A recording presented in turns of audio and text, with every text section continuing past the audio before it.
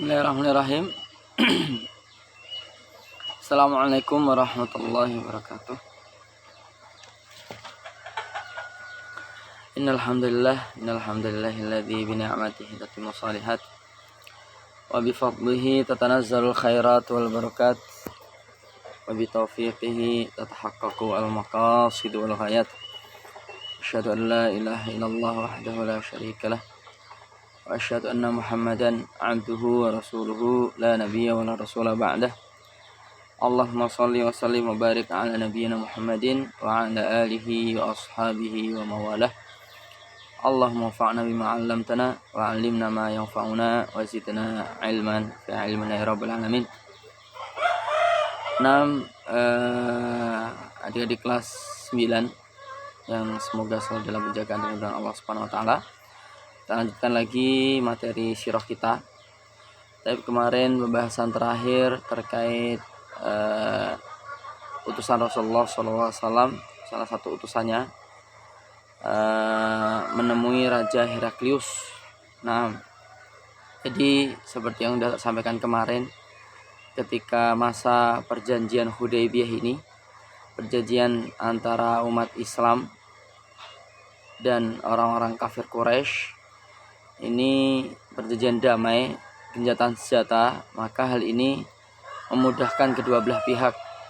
Dari pihak kafir Quraisy, mereka bisa berniaga ke Syam atau berniaga ke Yaman tanpa takut adanya serangan dari umat Islam. Demikian juga umat Islam mereka bisa mendakwahkan Islam ke berbagai penjuru negeri. Bahkan bisa expand dalam arti membawa pasukan untuk mulai membuka daerah-daerah baru. Ini juga tidak akan mendapatkan kendala dengan mendapatkan serangan dari pihak kafir Quraisy. Jadi enak bisa leluasa ke kanan dan ke kiri tanpa harus khawatir diserang oleh kafir Quraisy. Adik sekalian, terus kemudian utusan ini banyak sekali. Di antaranya utusan tersebut dikirim ke Kaisar Rum atau Kaisar Romawi. Insyaallah nanti dalam materi kali ini saya akan bercerita masalah ini. Nanti kalau masih ada waktu, tak tambah utusan Rasulullah ke negeri-negeri yang lain. Ke Kaisar Romawi ini yang bernama Heraklius ini adalah negeri terkuat saat itu. Kalau mungkin sekarang seperti Amerika lah gitu.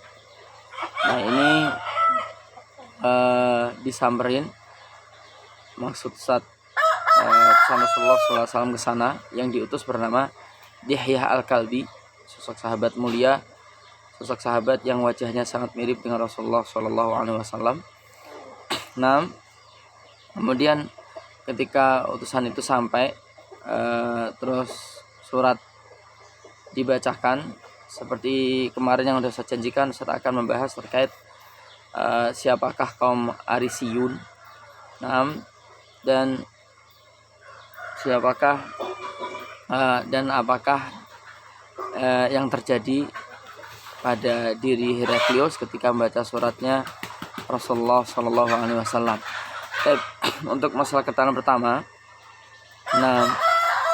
jadi di sana disebutkan, maka kalau kamu nggak mau mengimaniku, kamu akan menanggung dosa-dosanya Arisiyun.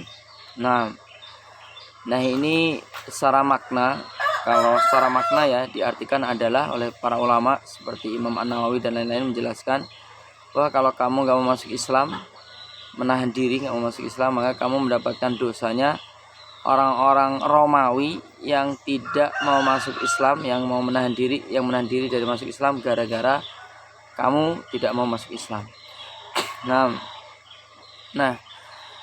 Baik, seperti yang sudah saya janjikan, siapa kaum Arisiyun ini kita harus menarik kembali, atau tepatnya di tahun sekitar 250 Masehi.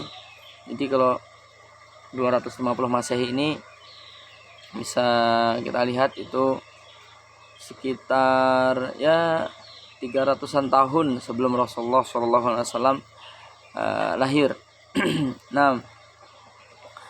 Nah, pada tahun itu umat Nasrani sudah mulai terpecah belah. Dalam arti mereka terbagi menjadi dua, antara kubu yang menyembah Nabi Isa alaihissalam dan menyebutnya dengan istilah Yesus Kristus. Terus kemudian ada kubu yang tetap bertauhid kepada Allah Subhanahu wa taala, menauhidkan Allah dan tidak menyembah Nabi Isa dan menganggap Nabi Isa ini adalah seorang nabi dan bukan anak Tuhan. Nah, kedua kelompok ini berseteru, tapi bukan perseteruan yang imbang, karena kelompok yang menyatakan bahwa Nabi Isa ini adalah Tuhan lebih banyak dan mereka menguasai istilahnya kerajaan Romawi. Berbeda dengan kelompok yang satu lagi ini yang menyatakan Nabi Isa ini bukanlah Tuhan, dia hanya seorang nabi.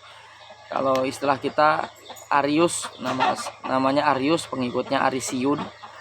Nah, ada yang menyebut Arius, ada yang menyebut namanya Aries. Nah, ini beliau ini adalah seorang pemuka agama, pendeta lah atau rahib.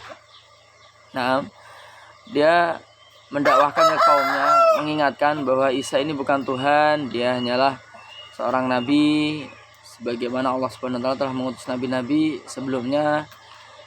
Nah, dan dakwahan ini, apa yang didakwahkan ini menjadikan Aries tercopot dari kependetaannya, dilepas oleh pendeta yang lebih tinggi lagi. Seperti yang kita tahu struktur kepemimpinan dalam gereja, ada paus, ada kardinal, ada macam-macam kayak gitu, sehingga dia dicopot. Padahal levelnya juga sudah level tinggi. Saya juga kurang begitu paham ya terkait masalah level-level pemuka agama di agama Katolik. Singkat cerita dia tercopot. Terus kemudian dia sempat dikembalikan lagi juga atas upaya para raja. Yang singkat cerita ini selalu mengingatkan dan dia selalu bertentangan dengan gereja-gereja pada umumnya terkait masalah Nabi Isa alaihissalam. Nabi Isa ini hanya seorang nabi, dia bukan seorang anak Tuhan. Nah, singkat cerita si Aries ini ketika dibabat habis dengan pengikutnya, dibunuhi oleh kelompok yang tadi itu, yang udah tak bilang bahwa dia sebuah kelompok yang lebih kuat, kelompok mayoritas, terus yang memegang kendali kerajaan juga, sehingga kelompok ini dikejar-kejar, dibunuh-bunuh. Maka seolah-olah Nabi Muhammad SAW ini menghabarkan kepada Heraklius, kalau kamu nggak masuk Islam nanti kamu akan menanggung dosa-dosa itu, seolah-olah seperti itu. Nah, ini adalah kisah terkait pendakwah tauhid dari kaumnya Nabi Isa alaihissalam. Dan setelah itu habis, jika tersisa pun sedikit sekali, dan kita masih bisa merasakan bahwa dakwah tauhid Nabi Isa alaihissalam ini masih ada menjelang Rasulullah SAW diutus menjadi nabi. Yaitu di tahun 80 sebelum Rasulullah jadi nabi. Kisahnya bisa kalian lihat di surat Al-Buruj. Kisah terkait ashabu al-ukhdud. Nah, itu gambaran atau cerita sedikit tentang kelompok Arisiun atau pengikut Aries. Jadi kurang lebih itu anak-anak. Ustaz nggak bisa panjang lebar, nanti jadi panjang sekali karena kisahnya cukup berliku-liku. Baik, lanjut lagi anak-anak. Terus Ustaz juga sudah menjanjikan kalian terkait isi dialog atau apa yang terjadi terhadap Raja Heraklius ketika menerima suratnya Rasulullah SAW yang dibawa oleh Dihyah Al-Kalbi. Ketika surat itu sudah nyampe, maka Heraklius pun bertanya kepada para tentaranya, adakah di sini yang di negeri kita ini yang orang-orang dari orang-orang Makkah, nah dari kotanya orang yang mengaku nabi ini. Lalu para tentaranya, ada, ini mereka lagi sedang berdagang ke sini. Nah, terus kemudian kata sang raja, ya sudah, tolong mereka bawa ke sini, mereka cepat bawa ke sini. Terus kemudian mereka pun dibawa. Ternyata di antara rombongan itu terdapat Abu Sufyan, mereka kafilah dagang. Yang memimpin kafilah dagang adalah Abu Sufyan. Nah, lalu singkat cerita, singkat aja, tak potong-potong ya, biar nggak terlalu melebar. Raja Heraklius nanya, siapakah di antara kalian yang nasabnya paling dekat dengan Muhammad bin Abdullah yang mengaku nabi ini? Lalu Abu Sufyan mengatakan, aku, nasabku adalah yang paling dekat, karena mereka sama-sama dari suku Kinanah ya. Suku Kinanah ini adalah pecahan atau anak turun dari suku Quraisy. Karena kalau kita lihat nasab Bani Umayyah dan nasab Bani Hashim itu dekat sekali. Nah, terus kemudian kata Raja Heraklius, bagaimana orang yang mengaku Muhammad ini? Apakah dia dulu ada keturunan raja atau tidak? Lalu kata Abu Sufyan, enggak ada. Terus berikutnya lagi, bagaimana nasabnya orang yang mengaku nabi ini, yaitu Nabi Muhammad SAW? Apakah dia ini dari kaum rendahan atau kaum bangsawan dari kalian? Kata Abu Sufyan, dia dari kaum bangsawan kami, bahkan nasabnya adalah di antara nasab yang terbaik. Nah, terus kemudian lagi,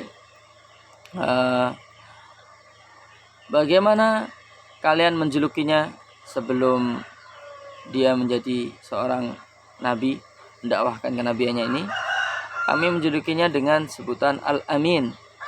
Nah, bagaimana pengikutnya? Apakah pengikutnya ini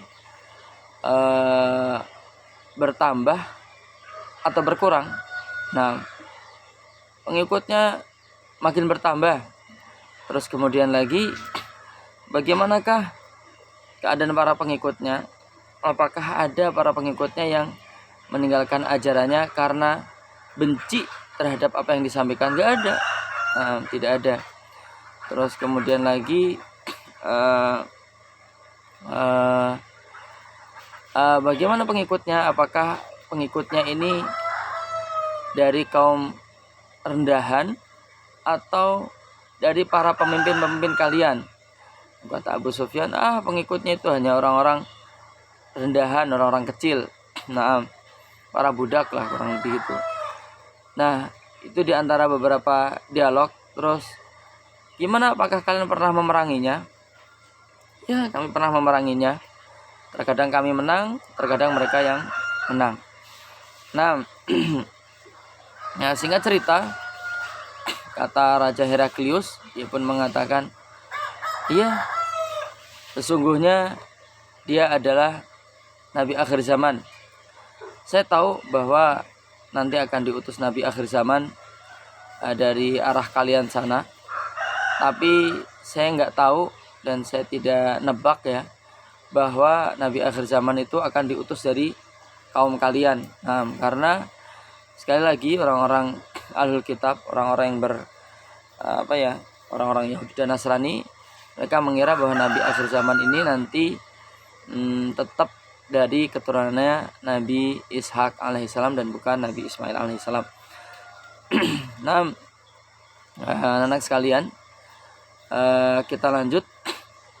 Terus kemudian ketika pertanyaan itu selesai, Raja Heraklius mengatakan bahwa dia bukan dari keturunan raja ya, maka kalau dia dari keturunan raja, maka bisa jadi dia sedang pengen mengembalikan kerajaannya kakeknya dulu, nenek moyangnya dulu. Terus kemudian tadi ada satu pertanyaan yang belum, apakah ada seorang nabi sebelumnya? Dan kalian mengatakan tidak, maka kalau memang ada nabi sebelumnya, maka dikhawatirkan, maka bisa jadi dia mengikuti hanya pura-pura saja, biar mendapatkan pengaruh. Terus kemudian ketika aku tanya kepada kalian apakah pengikutnya dari kaum rendahan atau dari para pemimpin, dan kalian mengatakan dari kaum rendahan, nah begitulah para nabi, pengikutnya biasanya adalah orang-orang biasa, para budak, orang yang tidak punya kekuasaan dan seterusnya. Nah, bagaimana ketika aku tanya apakah pengikutnya ada yang keluar dari ajaran agamanya karena benci terhadap ajarannya, dan kalian mengatakan tidak, nah begitulah para pengikut para nabi, mereka tidak ada yang keluar dari ajaran agama nabinya ketika iman itu sudah nyampai, dan kurang lebih gitu, iman sudah nyampai, mereka tidak meragukannya. Nah, kalau meragukannya berarti jadi dia tidak nabi. Nah, terus semuanya sudah dijelaskan oleh Raja Heraklius kurang lebih terkait pertanyaan-pertanyaan itu. Lalu tiba-tiba Abu Sufyan mengatakan seperti ini, wahai raja, sungguhnya dia itu pernah mengatakan suatu hal yang tidak masuk akal.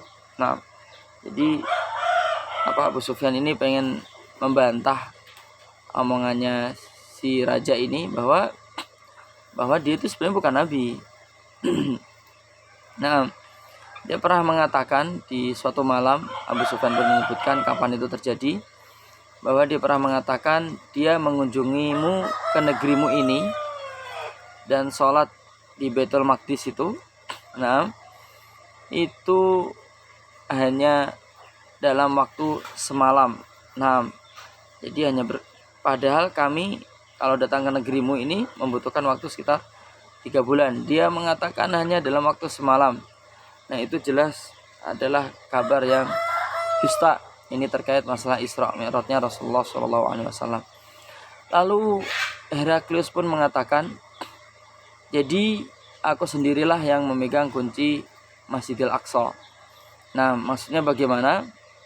Bahwa seperti yang udah terangkan kemarin, yang memegang kunci masjid, yang memegang kunci Ka'bah itu adalah orang paling mulia di suatu kaum. Nah, untuk Romawi tentu rajanya.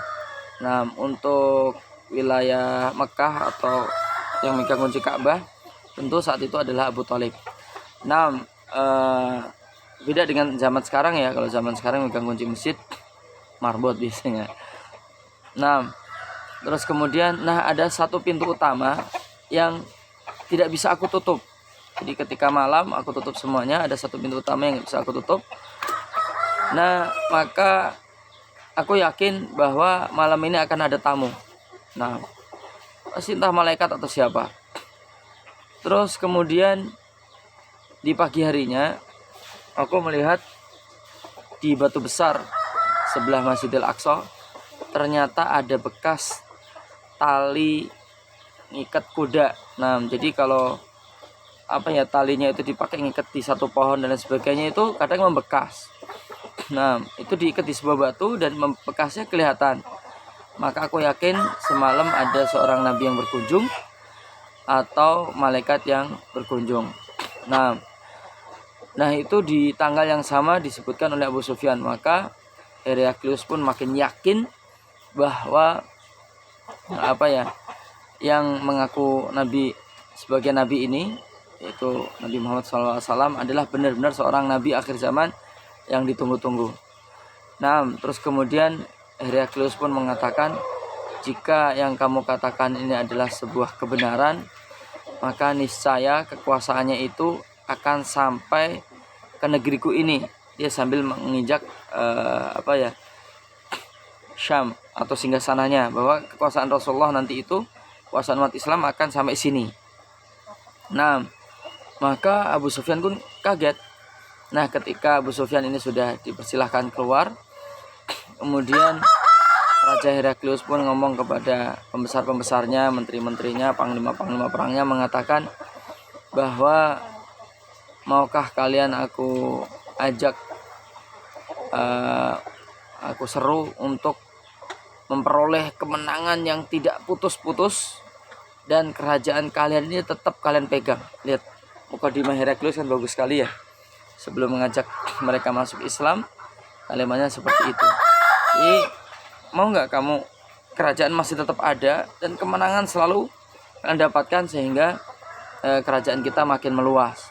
Nah, lalu semua pemuka-pemuka, pembesar-pembesar negerinya itu, menteri-menterinya, komandan-komandan perangnya, panglima perangnya dan sebagainya mengatakan kami mau, kami siap. Nah, terus kemudian dulu raja itu juga pemuka agama, dia sangat paham masalah agama dulu loh ya, pemimpin itu seperti itu.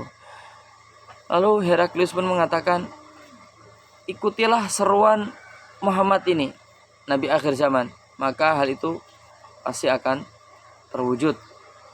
Nah, langsung mereka ribut, tidak mau. Terus bahkan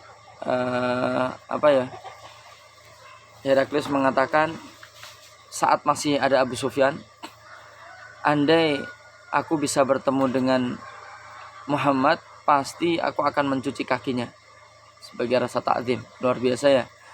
Terus kemudian pas ngobrol dengan para menteri-menterinya, para komandan-komandan perang dan panglima perangnya, nah, bahwa Heraklius mengatakan aku akan mengikuti ajaran Muhammad ini. Nah, karena dia tahu ini Nabi akhir zaman, ini adalah juru selamat yang akan membawa keselamatan di dunia dan akhirat. Lalu semua menteri-menterinya dan panglima perangnya, kalau kamu lakukan itu, maka kamu sudah tidak aku anggap sebagai siapa-siapa lagi. Bisa kita bayangkan ya, bahwa kita mau mencopot posisi kita. Nah, nggak ada yang mau taat. Nah, ini kan suatu yang berat ya. Tentu bagi orang yang pernah memimpin sebuah komunitas, entah jadi ketua kelas, entah jadi wali kelas atau apa, kalau bawahannya nggak jalan itu akan ada beban sendiri.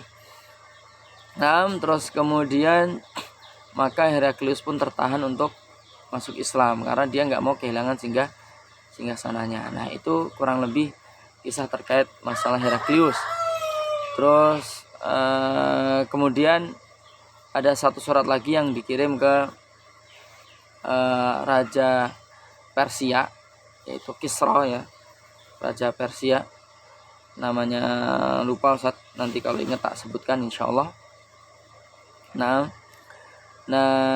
ini ketika utusan itu sampai ke negerinya dan surat itu sudah sampai ke tangannya, lalu tiba-tiba dan surat itu isinya ajakan untuk masuk Islam dan sebagainya. Maka sang raja ini merasa terhina, masa dia suruh masuk Islam, suruh mengikuti orang Arab, maksudnya orang satu Nabi Muhammad, maksudnya yang mengaku nabi dari kalangan bangsa Arab. Dan bangsa Arab ini bukan siapa-siapa. Nah, di mata Raja Persia, karena memang dalam kenyataan mereka bukanlah sebuah kekuatan yang kuat. Nah, Arab zaman dulu. Terus kemudian surat dari Rasulullah pun ini disobek. Nah, lalu melihat itu utusannya pun segera pulang mendatangi Rasulullah SAW terkait apa yang dilihatnya.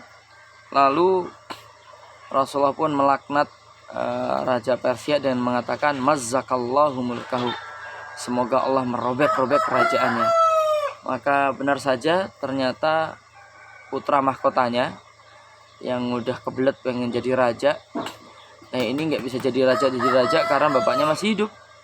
Lalu di satu malam dia pun melakukan sebuah kudeta dan membunuh bapaknya sendiri. Nah, ternyata benar Allah merobek-robek kerajaannya dan akhirnya kerajaan Persia pun ini juga benar-benar hilang dan alhamdulillah dirubah dengan dengan datangnya Islam yang begitu indah, yang tidak membeda-bedakan antara suku dan golongan dan lain sebagainya, yang semuanya itu derajatnya sama, kecuali mereka yang lebih bertakwa, maka di sisi Allah Subhanahu wa taala derajatnya lebih luhur. Nah, kurang lebih gitu anak-anak terkait materi kali ini, yaitu surat-surat Rasulullah SAW yang Rasulullah sebarkan ke berbagai para penguasa.